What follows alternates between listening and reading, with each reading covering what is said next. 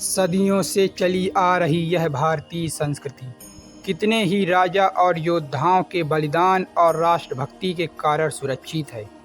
यह भारत देश, इस देश की महान संस्कृति और इस संस्कृति के अद्भुत अमृत गान जो वर्तमान में चल रहे हैं, यह सब भारतीयों के पराक्रम का ही परिणाम है। ऐसा ही एक योद्धा था जिसने अपने बाहुबल और पराक्रम से पूरे संसार को हिला कर रख दिया था, जिसने मात्र भारत को ही नहीं अपितु पूरी धरती को बचाया था। अगर वह महान योद्धा ना होता तो भविष्य में कोई भी छत्रपति शिवाजी जैसा वीर पैदा नहीं हो पाता। आइए जानते हैं उस महान पराक्रमी और इस देश के असली रक्षक स्कंदगुप्त विक्रमादित्य के बारे में।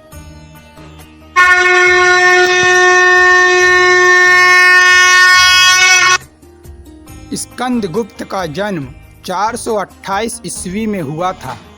यह नालंदा विश्वविद्यालय बनवाने वाले महान शासक कुमार गुप्त के पुत्र थे। बचपन से ही इनके शरीर में वीरता भरी हुई थी और सदैव इनका शरीर वीर रस से झलकता रहता था। इन्होंने जिस प्रकार उन निर्दयी हूणों को पराजित किया, वह कोई भगवान का अवतार ही कर सकता था।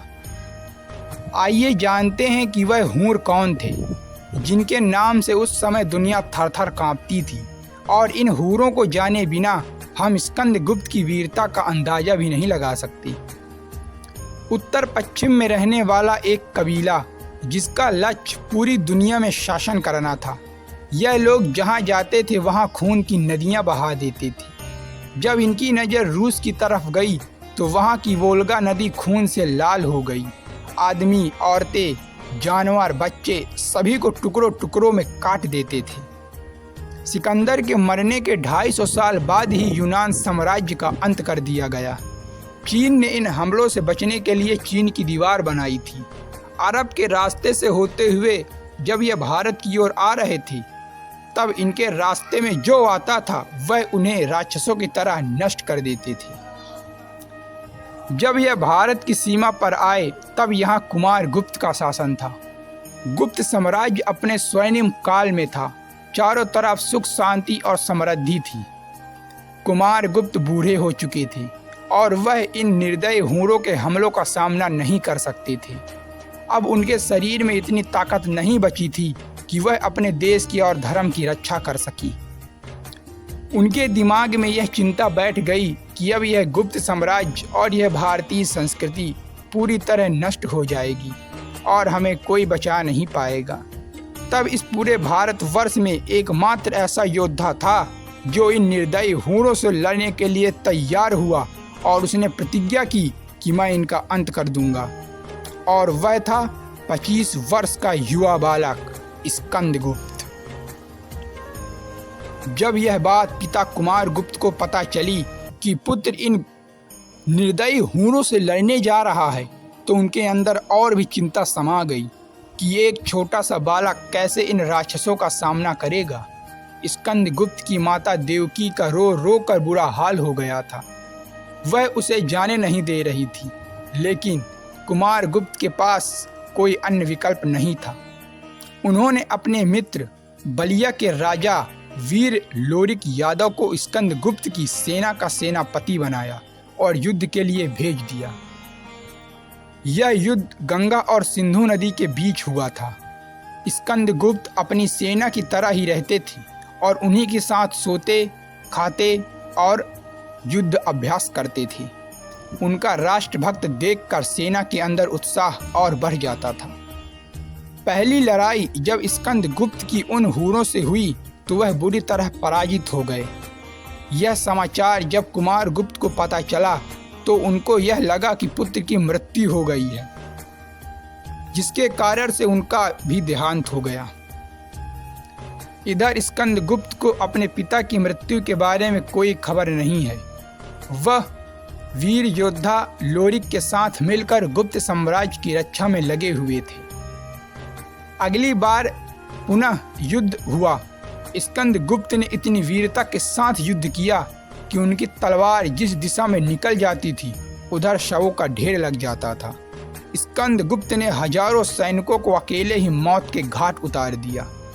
उधर वीर अहीर लोरिक माता काली के जयघोष के साथ अपनी 84 मन की तलवार हाथ में लिए हूरों की सेना को काटते हुए चले जा रहे थे। स्कंदगुप्त और लोरिक की वीरता को देखकर हूरों के अंदर भय उत्पन्न हो गया।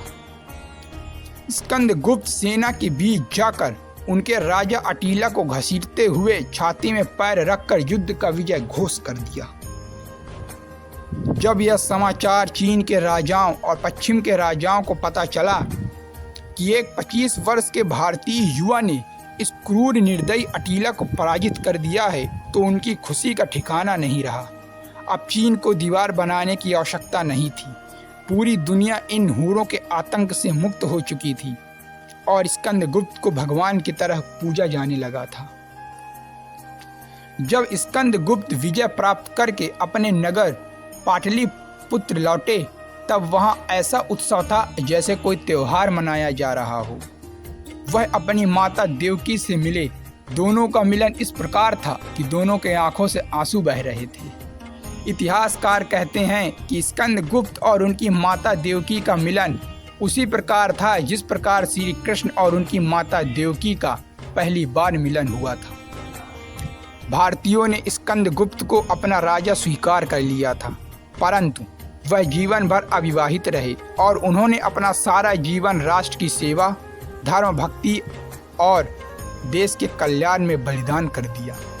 वह सदैव पाटलिपुत्र से बाहर रहते हुए गुप्त साम्राज्य का निर्माण करते थे और शासन कार्य अपने भाई पुरुगुप्त को सौंप दिया करते थे।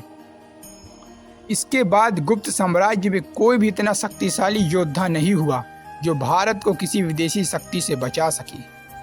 अनेकों इतिहासकार इनके बारे में अपनी पुस्तकों में उल्लेख करते हैं। 12वीं शताब्दी में लिखी गई पुस्तक कथा सरित सागर में कहा गया है कि महेंद्रादित्य के पुत्र विक्रमादित्य ने देश की रक्षा की।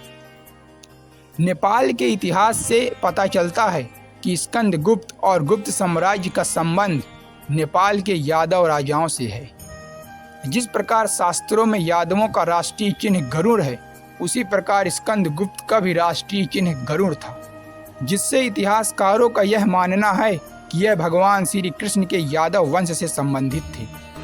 ये वही यादव वंश है जो आज अहीर और गोप नाम से भारतीय उपमहाद्वीप में भारी संख्या में पाए जाते हैं।